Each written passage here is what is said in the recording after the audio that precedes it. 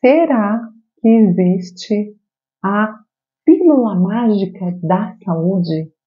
Aquele comprimidinho ou aquele conjunto de comprimidinhos que vão transformar a sua vida numa vida saudável e vão te garantir uma longevidade saudável? Eu acho que não, mas eu tenho dicas poderosas hoje que vão transformar a sua vida sim. Pois muito bem, meu nome é Graziela Bittencourt, eu sou terapeuta intestinal com especialização em dietoterapia chinesa e medicina do bem-estar. Falo aqui nesse canal a respeito de saúde, né? E não de doença. E quando queremos ter saúde, não basta a gente mudar apenas a alimentação. A alimentação saudável é um dos pratinhos que a gente precisa equilibrar.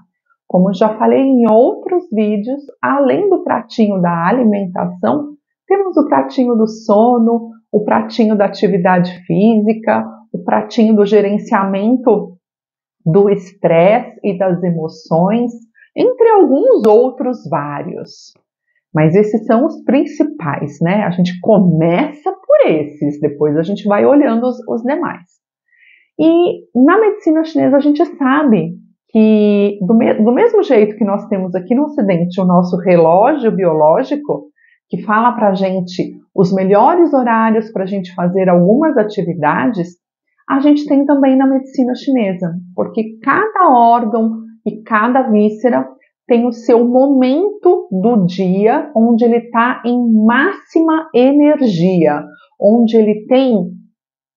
o máximo dele está sendo executado, digamos assim. Então, por exemplo, quem são os Zangfu, o órgão e a víscera responsável por toda a nutrição e metabolismo no nosso corpo, além da cognição? É o estômago, né? O baço pâncreas, o Zang, e o Fu, estômago, órgão e víscera. E o horário deles, o estômago, das 7 às 9, baço pâncreas, das 9 às 11. Então, essa é a janela para é o melhor horário da alimentação da gente. Um outro exemplo. Das 3 às 5 e das 5 às 7 da noite, nós temos o horário do rim e da bexiga. O melhor horário para hidratação. Da mesma forma que os órgãos têm o melhor horário, o horário de potencial máximo energético, também existe o pior horário para este mesmo órgão e esta mesma víscera. Então, se o baço, pâncreas e o estômago têm o melhor horário entre 7 da manhã e 11 da manhã, o pior horário, o horário onde ele está no mínimo, se entre 7 e 11 da manhã é o máximo de energia, a partir das 7 da noite é o pior horário energético para a gente se alimentar. E o que eu quero dizer com isso? Que quando o paciente chega para mim, a primeira orientação que eu faço é ajustar os horários das refeições. Diferente de muitos profissionais, eu não recomendo a ingestão de alimentos a cada 3 horas. Eu ensino o meu paciente a diferenciar sede de fome e respeitar o seu corpo. De modo geral, eles começam o tratamento realizando de 4 a 6 refeições por dia e terminam o tratamento realizando 3 refeições apenas. Café da manhã, almoço e janta. Algumas pessoas 4 refeições. Ok, mas ninguém come o dia inteiro para deixar glicose no sangue e fazer o pâncreas ficar sobrecarregado. A gente precisa dar descanso também para os nossos órgãos. E voltando aos horários.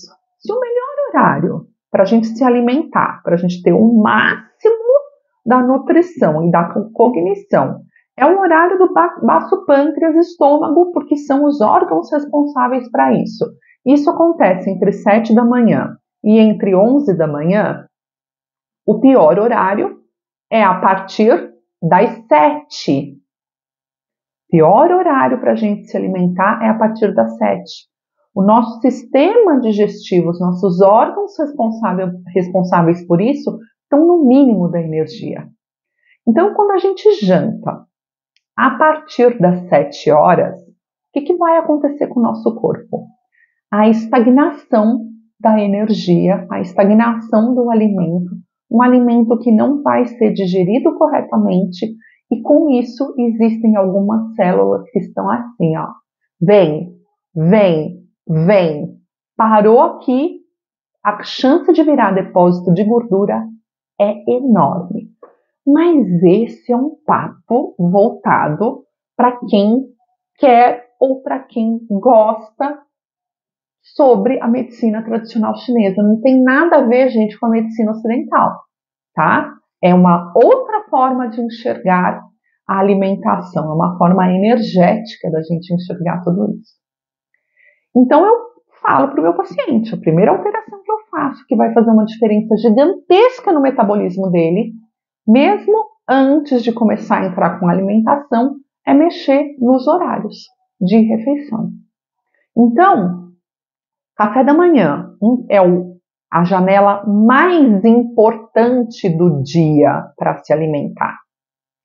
Então, se você é um praticante de jejum, pular o café da manhã não é uma atitude inteligente. É mais inteligente pular a janta, porque é o horário onde o alimento pode ficar estagnado, onde esse alimento estagnado pode virar depósito de gordura.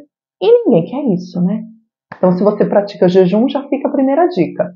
Pule a janta, nunca o café da manhã. Um café da manhã com comida de verdade, gente. Pão com manteiga e café com leite é comida comfort, que não traz nenhum tipo de nutrição. Isso faz com que o nosso elemento terra, baço pâncreas e estômago fiquem debilitados, deficientes. E se eles, que são os reis da nutrição, estão em deficiência, os outros órgãos ficarão capengas também, tá? Falando português claro. Então, se o pior horário é a partir das 7, a janta vai terminar antes das 7 horas da noite. Para que a gente não deixe essa estagnação, para que a gente não deixe que aconteça a estagnação. Então, se a gente jantar entre 6, 6 e meia, terminou antes das 7, show de bola. Fora que faremos um jejum fisiológico das 7 da noite até as 7 da manhã, pulando a janela onde o baço pâncreas e o estômago não estão energeticamente ativos e vigorosos para receber os nossos alimentos e transformar em nutrição. E aí o almoço, né? Grazi, você falou do café da manhã, você falou da janta, mas você não falou do almoço. Quais são os órgãos do nosso corpo responsáveis pela digestão e absorção de nutrientes? Estômago, baço, pâncreas e o intestino delgado.